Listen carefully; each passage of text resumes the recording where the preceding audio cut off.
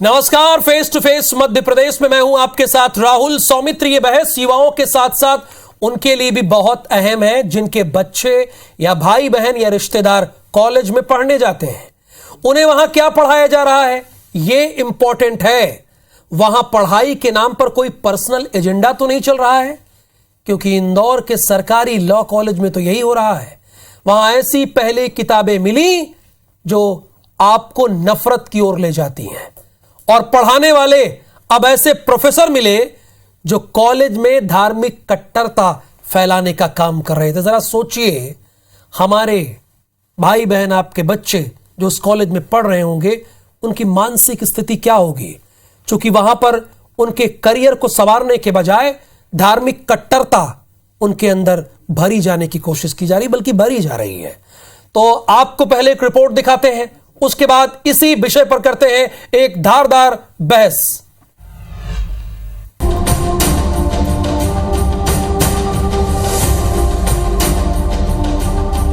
इंदौर के सरकारी law college विवाद में हर दिन नए खुलासे हो रहे हैं। अब यहां केवल विवादित किताब का मसला नहीं है, बल्कि छात्रों ने जांच कमेटी को कॉलेज में गेस्ट फैकल्टी के तौर पर पदस्थ 2 प्रोफेसर्स की संदिग्ध भूमिका के भी सबूत पेश किए हैं। Assistant professor doctor Firoz Ahmad Mir और सोहेल अहमद वानी पर आरोप है कि वो कॉलेज में धार्मिक कट्टरता फैलाने के साथ ही केंद्र सरकार की नीतियों के खिलाफ छात्रों को बरगलाने का काम कर रहे थे।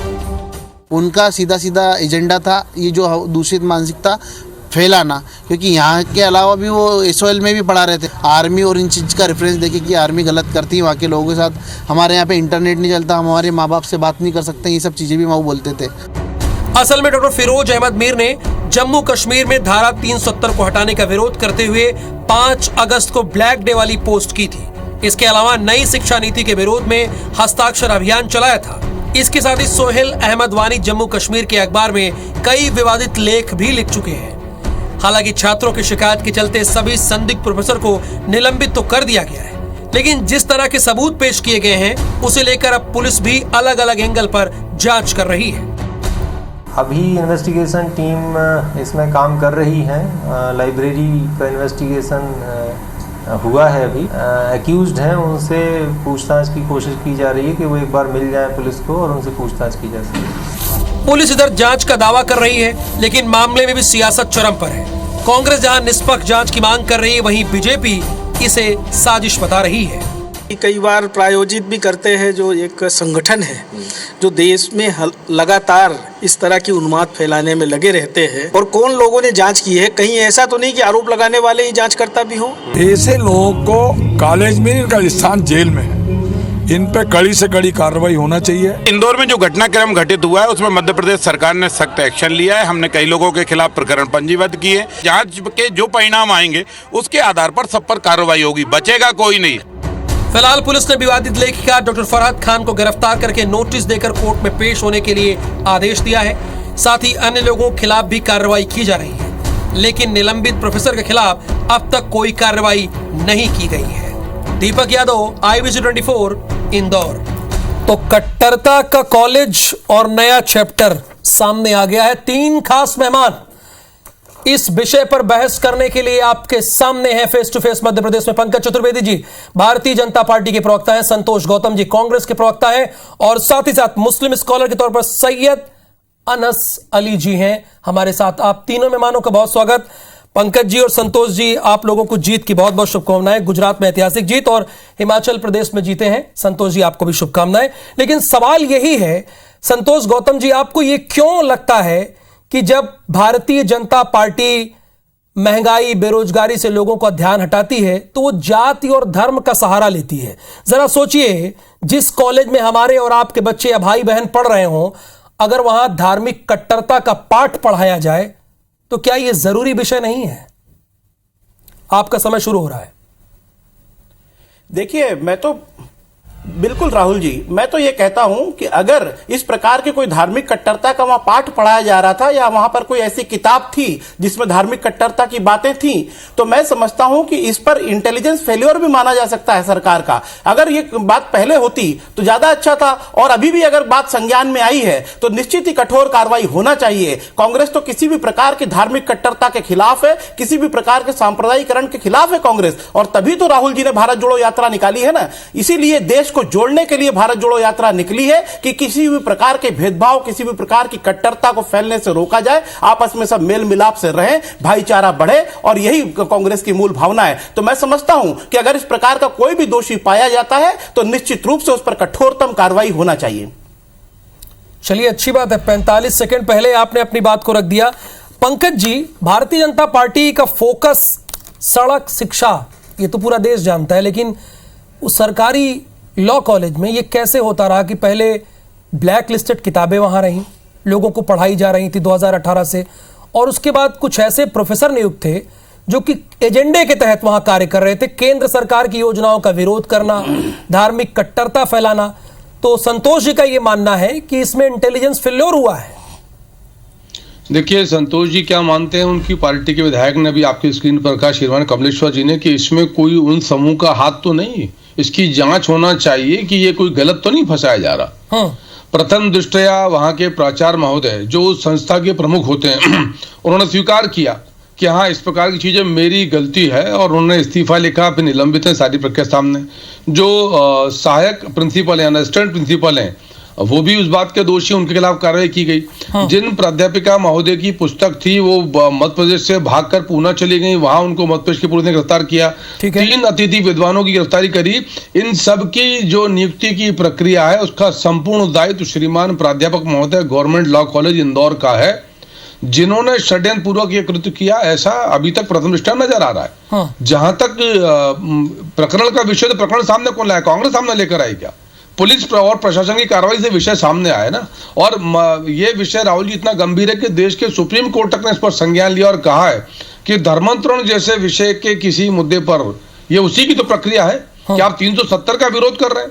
ऐसे व्यक्ति को प्राचार्य ने अतिथि शिक्षक रखा क्यों, जो 370 का विरोध करता है, जो 370 के खिलाफ, भारत के खिलाफ आलेख लिखता है, वो व्यक्ति यदि वहां अतिथि विद्वान है तो फिर क्या विद्वत्ता फैलाएगा, वो सबके सामने नजर आता है। तो सीधी सीधी जिम्मेदारी उनकी है। और अभी राहुल जी ये प्राथमिक चरण है जांच का।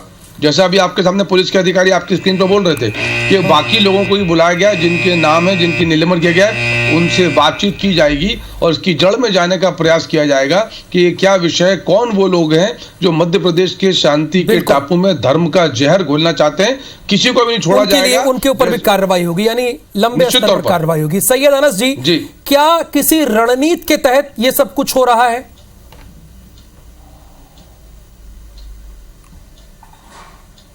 बिल्कुल साफ नज़र आ रहा है। मैं 2-3 बातें आपको बताऊंगा जिससे कि हर समझदार पढ़ा लिखा आदमी जो है वो मेरी बात से इत्तेफाक रखेगा, एग्री करेगा। सबसे पहली बात तो ये है कि जिन प्रिंसिपल महोदय का जिक्र हो रहा है लॉ कॉलेज का, वो एक बड़े इज्जतदार और ईमानदार आदमी, अच्छे आदमी, इनामुर रहमान साहब। दूसरी बात यह है कि वो जो किताब है डॉक्टर फरहत की किताब है, उस किताब से उनका कोई लेना देना नहीं है। तीसरी अहम और ज़रूरी बात, मेरी बात से एग्री करेंगे, इसलिए कि जो सिलेबस से होता है उसकी एक कमेटी होती है, उस कमेटी ने उस किताब को उस सिलेबस में शामिल किया। इसमें उनका कोई लेना देना नहीं था प्रिंसिपल महोदय का कि आप वो तो कॉलेज चला रहा है, इस कॉलेज को मान्यता सरकार से मिली। तो मेरा सवाल ये है कि जब सरकार ही मान्यता दे रही है, सिलेबस कमेटी जो है वो सिलेबस में उसको शामिल कर रही है और उसके बाद में वो किताब पढ़ाई जा रही है, कोई पढ़ा रहा है, किसी को कोई परेशानी नहीं है। एबीवीपी के छात्रों ने अपनी गुंडागर्दी के जरिए वहां जाके गुंडागर्दी दिखाई और जाने के बाद में उन प्रिंसिपल महोदय से बिलजबर जबरदस्ती उनसे साइन करा इस्तीफे के ऊपर। तो ये इस तरीके की नफरत घोलने का काम जो किया जा रहा है, मुझे इस पर पूरी आपत्ति है। इस तरीके के नफरत घोलने का प्रदेश में जो अब जैसे जैसे चुनाव करीब आते जाएंगे ऐसी नफरतें बढ़ती चली जाएंगी। नहीं, नफरत घोल कौन रहा है? आप इनडायरेक्टली नहीं, डायरेक्ट बोलिए ना। नफरत वो लोग नहीं घोल रहे हैं, मैंने बताया ना, जो धार्मिक कट्टरता फैला रहे हैं। अरे वो लोग नहीं घोल रहे हैं जो किसी धर्म के खिलाफ प्रचार कर रहे हैं, दुष्प्रचार कर रहे हैं। क्या कट्टरता फैले? अरे मैं आपसे वही तो कह रहा हूं कि वो एक कमेटी जो थी जिसने सिलेबस में उसमें शामिल किया, उनको दोषी मानना चाहिए, या कॉलेज को दोषी मानेंगे आप जिसने सरकार ने कॉलेज को गवर्नमेंट ने उसको कॉलेज को परमिशन दी, उसको दोषी मानेंगे आप, या वो प्रिंसिपल को दोषी मानेंगे? उसके ऊपर आपका जबरदस्ती चली क्योंकि वो मुसलमान है। तो कहीं ना कहीं ये भी समझने की चतुर्वेदी जी कि एबीवीपी कार्रवाई इसलिए हो रही है क्योंकि मुसलमान है, इसको रोकना पड़ेगा। बहुत बहुत बहुत दुख का विषय है हाँ। कि इस सारी कार्रवाई को हिंदू मुस्लिम का रंग दिया जा रहा है। हाँ। वो सरकार का कॉलेज है, कोई परमिशन नहीं लगी है, गवर्नमेंट का कॉलेज है वो। हाँ। वो जो लोग वहां काम करते हैं मध्य प्रदेश सरकार के नियम कायदे कानून के तहत काम करते हैं, और गवर्नमेंट लॉ कॉलेज की कोई अलग से सिलेबस कमेटी नहीं होती है। वो उसका curriculum bar council of India तय करती है कि लॉ कॉलेज के विद्यार्थी क्या पढ़ेंगे, और वही सिलेबस जो है यूनिवर्सिटी एफिलिएशन फॉलो होता है। किसी सिलेबस में law bar council of India ने किसी लॉ कॉलेज में किसी भी कॉलेज के लिए इस बुक को अप्रूव नहीं किया है। झूठ बोलना है कि सिलेबस कमेटी ने अप्रूव किया है। हम किसी के मान अपमान का सवाल ही नहीं उठा रहे, हम तो कानून की प्रक्रिया की बात कर रहे हैं कि कानून की प्रक्रिया में कौन से सिलेबस कमेटी आ गई जिसने उस इंदौर के सरकारी कॉलेज के लिए अलग से सिलेबस बनाया, और इन 4-5 लोग के नाम सामने आ रहे। यदि सब अच्छा था तो भागे क्यों? इंदौर से भागकर पुणे क्यों जाना पड़ा? कानून की प्रक्रिया है राहुल जी, और इसीलिए मैंने आपसे आग्रह किया कि जांच का विषय प्रारंभ हुआ प्रक्रिया के तहत बीजेपी कार्रवाई कर रही है, और इसके पीछे जो लोग भी हैं उन्हें भी बीजेपी का कहना है कि उनके खिलाफ भी कड़ी से कड़ी कार्रवाई की जाएगी। लेकिन सर, मैं आपसे जानना ये समझना चाहता हूं, जब ऐसे बहुत सेंसिटिव मुद्दे होते हैं तो आप ये क्यों कहते हैं कि रूलिंग पार्टी का ये एजेंडा है? चूंकि कल आपके बहुत ही सीनियर मोस्ट लीडर ने ट्वीट किया था। संतोष जी, देखिए, मैं तो राहुल जी केवल इस पर इतना कह सकता हूं कि इस घटना के पीछे जो हो, या पूरी घटनाओं के पीछे जितनी भी घटनाएं हुई, किताब के प्रकाशन से लेकर पढ़ाने तक या धार्मिक भावना भड़काने तक, यदि कोई दोषी पाया जाता है, मेरे शब्दों पर आप ध्यान देना, यदि कोई दोषी है तो निश्चित रूप से उस पर कठोरतम कार्रवाई होना चाहिए, निष्पक्ष जांच हो, और अगर कोई दोषी पाया जाता है तो किसी धर्म विशेष के आधार पर उसके साथ कोई रियायत ना हो, वो किसी भी धर्म का, चाहे हिंदू हो मुस्लिम हो, अगर वो दोषी है तो उस पर कार्रवाई होना चाहिए। कांग्रेस पार्टी इसका स्वागत करेगी। कांग्रेस पार्टी तो स्वागत कर रही है सैयद अनस अली जी, लेकिन आप तो कह रहे हैं कि मुस्लिम है इसलिए कार्रवाई हो रही है। आपको ये क्यों लग रहा है? कांग्रेस पार्टी इस भुलावे में है, शायद वो ये सोच रही है कि अब उसे तो हर चीज का स्वागत करना है। अब कांग्रेस पार्टी फिर गुजरात का भी स्वागत कर ले, कहीं स्वागत कर लेते हैं, कहीं स्वागत नहीं करते। ये दोहरी पॉलिसी नहीं चलेगी। मैं राजनीतिक बात नहीं कर रहा, मैं सीधी बात ये कर रहा हूं कि मध्य प्रदेश के अंदर इंदौर के कॉलेज में जो टारगेट किया जा रहा है, आप अभी बताइए, अभी बीजेपी के प्रवक्ता ये कह रहे थे, कानून की दुहाई दे रहे थे, उसी कॉलेज के अंदर वहां कानून की धज्जियां उड़ाते हुए जब एबीवीपी के छात्र गए और उन्होंने जाके इस्तीफा लिया, जब कहां चला गया था कानून? तो इस सिर्फ मुसलमानों को देख के टारगेट किया जाएगा, ये बिल्कुल बर्दाश्त नहीं किया जाएगा। देश संविधान से चलता है, और हर चीज में अगर कानून की आप दुहाई देना है तो वहां भी कानून की बात करना पड़ेगी आपको। पंकज जी, दो तरीके की बात नहीं करेंगे कि जहां आपने चाहा वहां अपनी पंकज की बात सुन लेते हैं। सैयद जी, पंकज की बात सुनते हैं। राहुल जी, मैंने आपसे आग्रह किया कि यदि इस विषय को कोई भी हिंदू और मुस्लिम के रूप में देखता है तो वो बहुत दुर्भाग्यपूर्ण है। विषय हिंदू और मुसलमान का है ही नहीं। भारतीय जनता पार्टी सबका साथ, सबका विकास, सबका विश्वास, सबका प्रयास के साथ काम करती, पूरे देश भर में काम करती, चाहे दिल्ली की सरकार हो, मध्य प्रदेश की सरकार हो। अभी सरकार ने जो एक स्कॉलरशिप की स्कीम और लोन की स्कीम बनाई है, वो माइनॉरिटी और ओबीसी दोनों वर्ग के लिए बनाई है। सब हमारे लिए बराबर हैं। लेकिन यदि आप अपराध करें और फिर अपराध करके ये कहें कि हम अमुक धर्म के हैं इसलिए ऐसा किया, तो बहुत गलत है ना सर। अपराध करके और कहे कि हम मुस्लिम है। सैयद जी, अपराध भी कीजिएगा, ये बीजेपी का कहना है, और उसके बाद कहिएगा हम मुस्लिम है। अब आप यहीं, मैं वही मेरा कहने का मकसद है कि असल में बीजेपी वाले क्या है कि सिर्फ मुसलमानों के लिए जज बन के बैठ जाते हैं। पंकज चतुर्वेदी जी, आप पहले कांग्रेस में थे, आज बीजेपी में आ गए हैं। आपका काम व्यक्तिगत टिप्पणी नहीं, माफ कीजिएगा, अभी जिस दल को रिप्रेजेंट कर रहे हैं वही बोलिए। मेरा सिर्फ इतना कहना है, जज मत कीजिए। नहीं, जजमेंट मत दीजिए। आप अगर जजमेंट देंगे, यहाँ आपने कैसे कहा अपराध किया है? जो फरहत की किताब है, फरहत की किताब है सैयद अनस अली जी, जो उसमें क्या संविधान के अकॉर्डिंग बातें लिखी गई हैं जी? नहीं, आप बताइए, आप जो पक्ष ले रहे हैं, अगर किसी कॉलेज का प्राचार्य होगा तो उसकी जिम्मेदारी बनेगी कि नहीं बनेगी? सरकारी कॉलेज में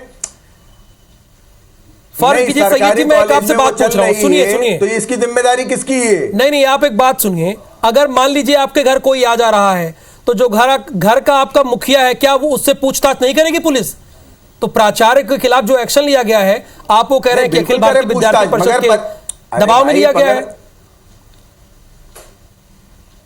नहीं, बिल्कुल लिया गया अखिल भारतीय विद्यार्थी परिषद के, सबको मालूम है, ये खुली आंखों से सबने देखा है। आप ये बात बताइए मुझे कि वो प्राचार्य कोई पर्सनल इंस्टीट्यूट चला रहा था आपका, अपना कोई निजी शिक्षा संस्थान चला रहा था वो? मेरा आपसे सवाल है ना, सरकारी लॉ कॉलेज है, उसका एक जिम्मेदार इज्जतदार आदमी बैठा हुआ है वहां, प्रिंसिपल बना बैठा हुआ। अभी कुछ चलिए, चूंकि मुझे प्रधानमंत्री संबोधित कर रहे हैं, उनके पास जाना है, फाइनल कमेंट लेता हूं। पंकज जी, इस पूरे मामले में फाइनल कमेंट सर। देखिए भारतीय जनता पार्टी पक्ष से ना तो मैंने जज की भूमिका निभाई, अपराध पंजीबद्ध हुआ है तो उनको अपराधी कहा जाता है। मैंने ये नहीं कहा कि वो दोषी है, यानी ये कानून तय करेगा, पर अपराध पंजीबद्ध हुआ है तो अपराध जो उन्होंने किया इसलिए पंजीबद्ध हुआ है और न्यायालय तय करेगा। पर धर्म की आड़ में ये गलत है, धर्म का नाम लेना गलत है। अनस अली जी की बात से इत्तेफाक इसलिए नहीं रखता हूं क्योंकि उन्होंने कहा कि धर्म विशेष के व्यक्ति हैं और कांग्रेस भी उसका स्वागत कर रही है। मैंने अपने स्टेटमेंट में यह कहा है, अगर कोई दोषी पाया जाता है, मैंने 2 बार रिपीट किया है कि अगर कोई दोषी पाया जाता है तो चाहे वो किसी भी धर्म विशेष का हो, उसको सजा होनी चाहिए। सैयद अनस अली जी, फाइनल स्टेटमेंट, आप फाइनल कमेंट।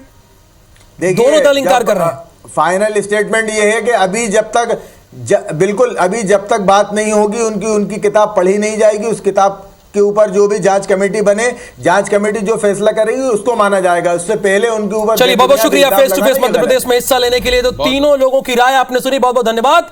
और face to face Madhya Pradesh को नंबर 1 बनाने के लिए दर्शकों का धन्यवाद। नमस्कार।